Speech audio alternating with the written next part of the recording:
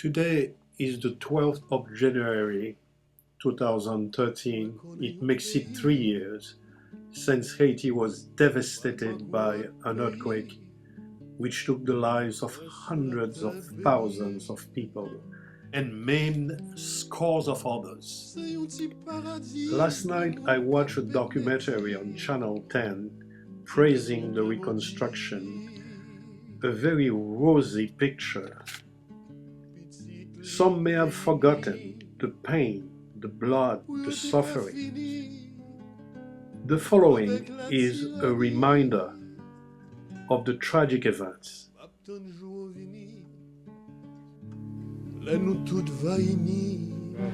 Les gens qui m'ont enlevé sur le décombres, c'était un seul qui est venu d'abord. Mais étant donné que j'avais tant de choses au-dessus de moi, des blocs, on a cru qu'il était mieux d'aller secourir les gens qui étaient plus accessibles. Mais à la fin, vous voyez, c'est moi seul qui ai survécu. Lorsqu'on a fini d'enlever les blocs, le ciment, cette traverse de béton, je ne pouvais pas sortir. J'étais encore coincé parce que c'est entre l'armoire et le mur de la salle de bain. C'est un espace d'à peu près 1 pied. Donc, ma guitare aussi, je veux que vous sachiez parce que j'ai écrit un poème sur ma guitare. Mais maintenant, ma guitare, je vais ajouter quelques vers pour dire qu'elle m'a sauvé la vie aussi. Parce que c'est cette guitare que j'avais sur la poitrine, c'est ce qui m'a protégé, un peu. Combien de gens étaient dans la maison? J'ai ma belle-fille qui s'appelle Lisa, qui avait 22 ans, de ma femme. Le petit-fils, il avait 2 ans. Donc ici, nous avons 3 personnes. J'ai failli être la 4e personne. L'autre beau-fils était au dehors. Il venait de manger, il est sorti. Et puis l'autre fille de Janine encore, ma femme, elle était au travail à 5 heures.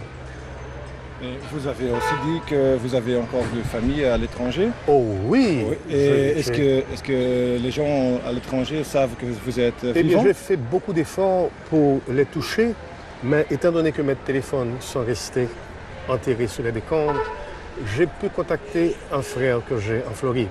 Mais la conversation n'a pas longtemps duré. Il n'a fait que demander, j'ai dit, je suis en vie. Et puis il m'a demandé, et Janine? J'ai dit, Janine est morte. Et puis il a éclaté en sanglots, donc je n'ai pas pu dire davantage. Mais je suis presque certain que mes enfants doivent savoir maintenant, parce que j'ai dit à mon frère de contacter. Si on contacte un seul de mes enfants, j'en ai 7 là-bas. Donc j'ai une fille à Toulouse, comme je vous ai dit, et je me proposais d'aller justement, mon prochain voyage, en laissant ici, ce serait pour aller voir ma fille à Toulouse. Donc j'espère qu'elle me voit et qu'elle sache que je suis sain et sauf. Et cette entrevue va durer parce que lorsque j'aurai publié mon livre, je ne vais pas oublier que c'est vous qui m'aviez aidé à enlever le manuscrit sur le décor.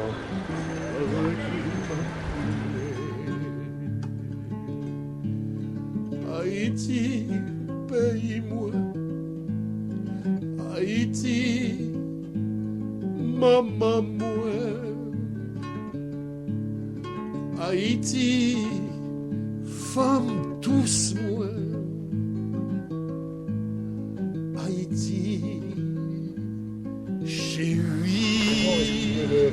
Non, elle a dit, c'est-à-dire sa tête était là, sur un bloc, elle ne pouvait pas bouger, mais elle était vivante. Nous lui avons dit que nous faisions de l'effort pour la libérer. Et puis elle a dit, je n'en peux plus, je vais mourir.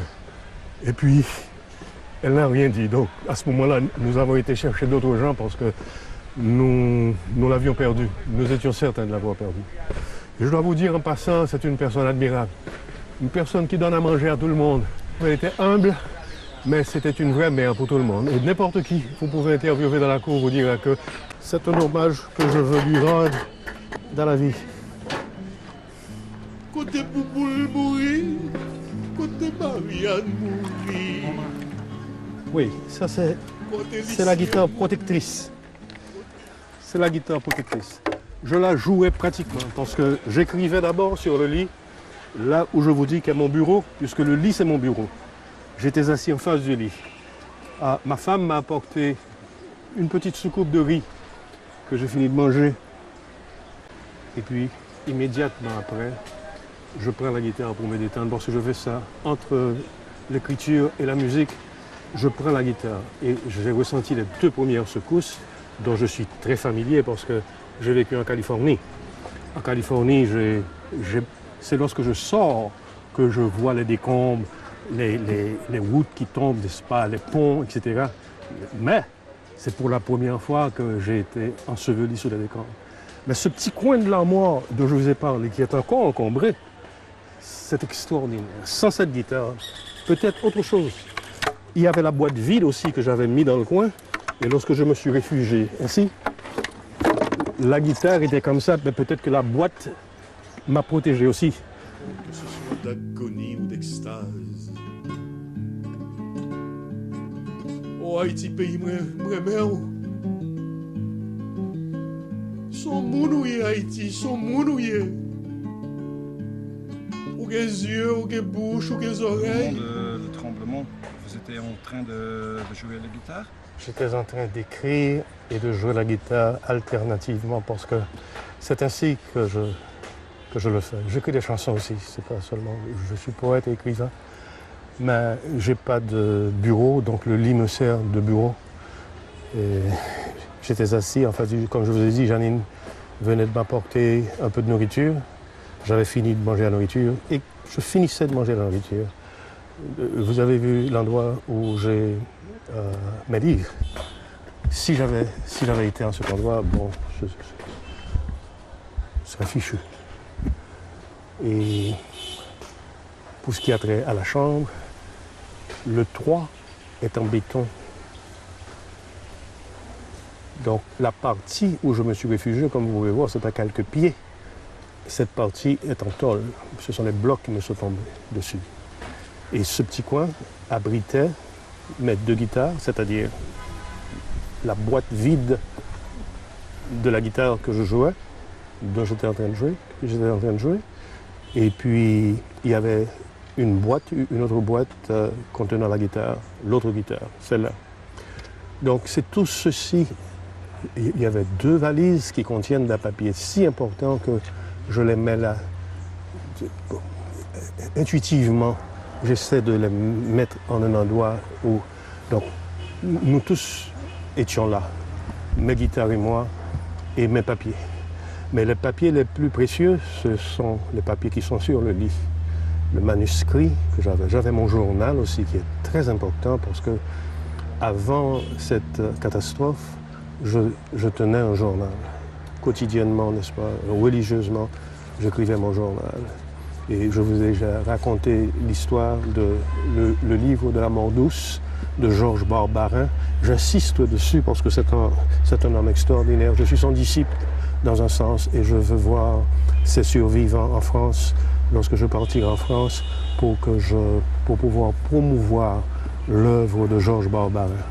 Parce que j'ai beaucoup appris de lui. J'ai beaucoup appris de lui. C'est un grand Français. C'est un grand homme, un grand humaniste. Et c'est mon ami personnel, vous comprenez, spirituellement, parce que lorsque j'ai commencé à lire Barbarin, il était mort depuis longtemps. Il est mort en 1965. Je vous dis ça, c'est parce que c'est ce que je lisais. C'est étonnant. Et puis le jour même, quelques instants avant, j'écrivais dans le livre, mais pourquoi je lis ces choses? Pourquoi ces idées me viennent en tête? Pourquoi j'ai choisi ces livres-là maintenant? Et puis moi, j'ai répondu à ma propre question. J'ai dit parce que je pense que le moment est venu pour moi de me familiariser avec l'idée de la mort. Et puis quelques instants après, ça est arrivé. Et si j'étais mort, personne ne saurait ça. Personne ne saurait ça. Mais je crois que je vais retrouver mon journal, je vais retrouver ces livres de Barbarin dans lesquels j'écris mes pensées. Et je pense que ça va aider aussi à promulguer. C'est quelque chose que je ne connais pas sa famille, mais on me dit qu'il avait une fille appelée Françoise. Et tout ceci, il est bon aussi parce que si Françoise est vivante, peut-être elle entendra ce que je dis de son père. J'avais depuis longtemps besoin de faire sa connaissance.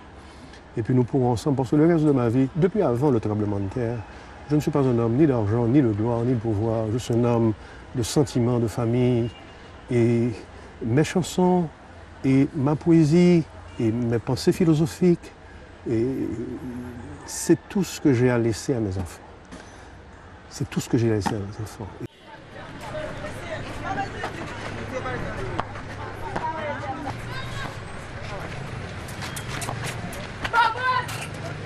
We're very satisfied. Now I find my papers and I go back to my children and I'm going to publish something that will help in rebuilding this country. Est-ce que vous pourriez expliquer ce qui est dans vos manuscrits? Vous cherchez des manuscrits, c'est quoi là? Il y a toute ma vie, il y a tout ce que j'ai écrit sur la situation politique, sociale, économique du pays. Parce que nous venons d'une famille, comme je vous dis, qui s'identifie avec la vie nationale. Attendez-moi. Hello. Vous l'avez aussi? Je vous ai donné. Donc, je crois que nous allons nous retrouver en Europe bientôt. Je vais visiter ma fille.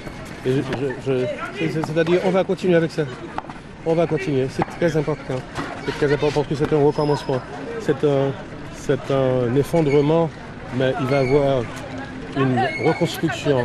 Je suis certain, ou bien... Parce que Haïti, c'est un microcosme. Les problèmes que nous avons ici ne sont pas des problèmes qui concernent seulement Haïti. Ce sont des problèmes globaux. Et Haïti joue un rôle, a toujours joué un rôle très important. Nous sommes membres des Nations Unies, nous sommes membres fondateurs. C'est un petit pays, mais avec une grande histoire. Et j'aurais aimé que, comme vous venez de dire, qu'il y a des gens qui ont vécu trop longtemps là-bas, qui ont perdu leur sens de civisme, de patriotisme. Mais nous allons recommencer. Vous voyez que je recommence. Hein? Je n'ai même pas encore fini. J'ai la force de recommencer. Comment voyez-vous le futur? Le futur du pays? De vous-même et du pays? Mon futur, je vais accomplir ce que je prenais trop de temps à accomplir. Les enfants me disent, mais papa, tu as écrit ça depuis 10 ans, pourquoi c'est pas encore publié? Je suis un perfectionniste aussi et puis je veux être précis et puis je ne veux blesser personne. Je suis un homme sans religion, sans parti politique, je suis un humaniste. Ce que je fais là, c'est mon travail. Ces gens-là me connaissaient avant le tremblement de terre. Je m'associe avec tout le monde et je peux vous dire que j'ai une connaissance très profonde de la situation sociale du pays. Parce que j'ai intégré, ce sont mes amis qui sont là. Je peux aller avec vous maintenant et le scieur de bottes, c'est mon ami. Celui qui s'occupe des pneus, c'est mon ami. La marchande de friture, là, c'est mon ami.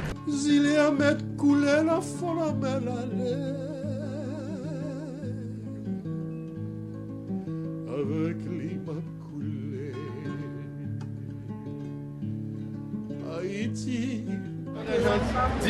Est-ce qu'on pourrait dire que la vie recommence ici dans les rues? La vie recommence ici. Ce sont des gens qui sont réellement des durs à cuire. Ah oui. Ah oui, ils recommencent à travailler tout de suite. Ce sont des entrepreneurs. Ils ne perdent pas le courage. Pardon? Ils ne perdent pas le courage. Non, jamais. Vous voyez, tout le monde mange, tout le monde trouve quelque chose à faire. Je vais vous dire, on a pris les batteries des inverteurs et puis ils rechargent les téléphones cellulaires avec. Tout au long, les gens qui faisaient autre chose sont obligés de trouver quelque chose à faire. La résidence du président, c'est en face, hein? Ça, c'est sa résidence. De qui? Du président de la République. Ah, de Préval. Ouais. C'est ici qu'il Ouais. habite. C'est là, au-dessus. On me dit qu'une partie de sa maison est effondrée, mais je ne le sais pas. Je n'ai pas été vérifié. Comment faire? On interview final. Merci mon frère, merci. Il faut de la foi. Ok. Ouais. Comment voyez-vous le futur d'Haïti? Eh bien c'est comme toujours, il y a toujours un recommencement pour Haïti. C'est un pays qui ne meurt pas. Il y a peu de pays qui meurent en réalité. Mais Haïti, nous avons cette force, ce courage. Vous pouvez voir, tout le monde travaille là maintenant, avec le peu qu'ils ont. Et c'est l'encadrement qu'il nous faut. J'ai de l'espoir, j'ai toujours de l'espoir. Et c'est pour ça que j'étais là, faisant ce que je faisais. Parce que mes enfants voudraient que j'aille vivre aux États-Unis ou en Europe, mais j'ai choisi de rester ici jusqu'à ce que je finisse avec ce que je fais. Il y a d'autres choses d'une portée pas trop matérielle, par exemple les restes de mon grand-père, Oxyde Gentil. Vous entendrez parler en Europe. Donc, sur l'internet, vous pouvez voir le genre de patriote, de citoyen qu'il était. Donc il a beaucoup de papiers, il a beaucoup de partitions de musique dans cette maison. Si Dieu me le permet, je reviendrai pour voir si je peux les retrouver. Mais j'ai pu sauver quelques partitions. Est-ce que vous croyez que l'arrivée de milliers de soldats américains, ça peut vous aider? Bon, écoutez, ça dépend de leur intention. C'est-à-dire, des soldats peuvent venir à toute fin. Je ne le sais pas. Je n'ai pas lu les journaux, je n'ai pas entendu la radio, mais je suppose que c'est un contingent bénévole. Ils sont venus là pour nous aider. Apparemment, beaucoup de gens sont assez enthousiastes. Ah bon, c'est bien, c'est bien. Je suis très content parce que beaucoup de oui, le pessimisme, ça c'est pas mon fort, moi. J'ai toujours de l'espoir. Toujours d'espoir. Vous voyez comment je vis, mais si on me demande comment je me porte très bien. Je n'ai que des égratignures. On a parlé avec beaucoup de gens qui attendaient vraiment tout des États-Unis. Est-ce que c'est réaliste? Non, c'est pas réaliste du tout. C'est pas réaliste du tout. Mais le peu que nous pouvons obtenir, mais il s'agit d'avoir quelque chose à faire avec ce qu'on nous donne et comment nous allons l'utiliser. Nous devons avoir nos propres initiatives, nos plans, parce que c'est nous qui connaissons nos besoins. Donc,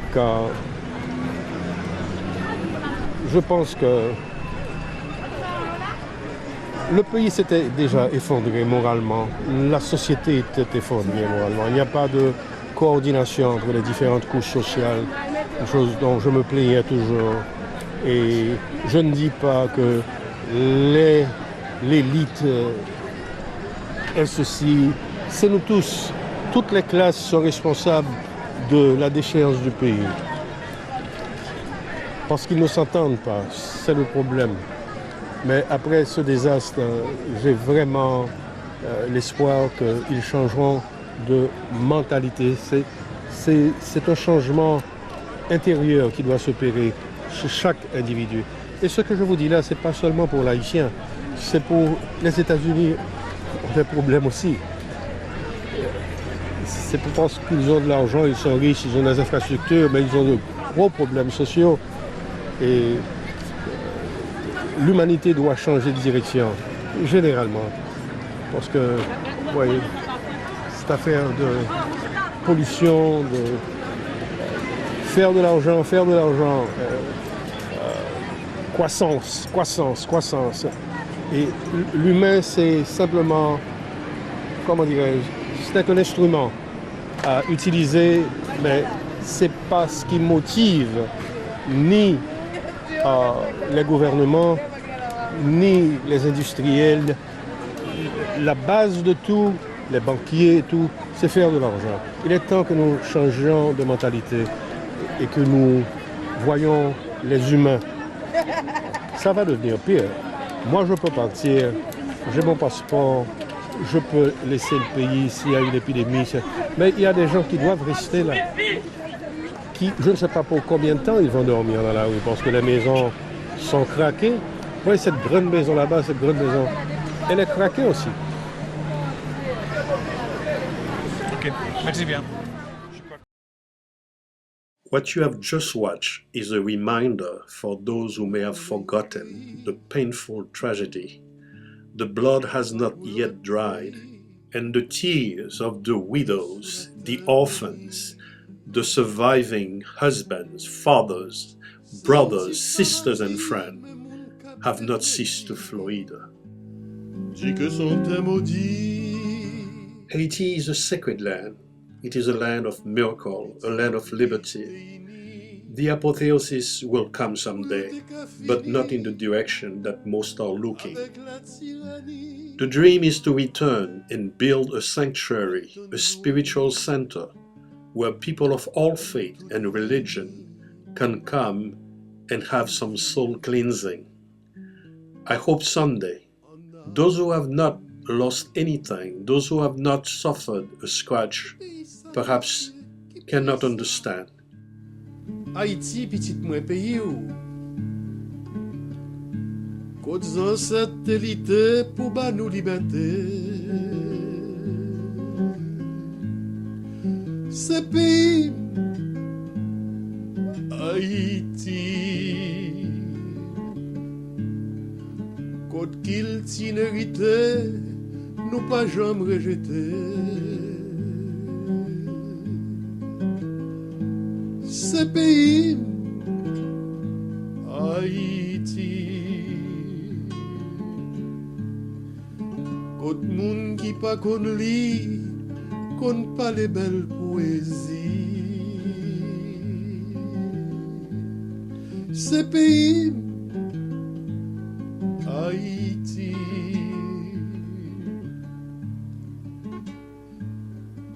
côte ti moun k'ap souffri. Quel courage pour sourire. Ce pays, Haïti,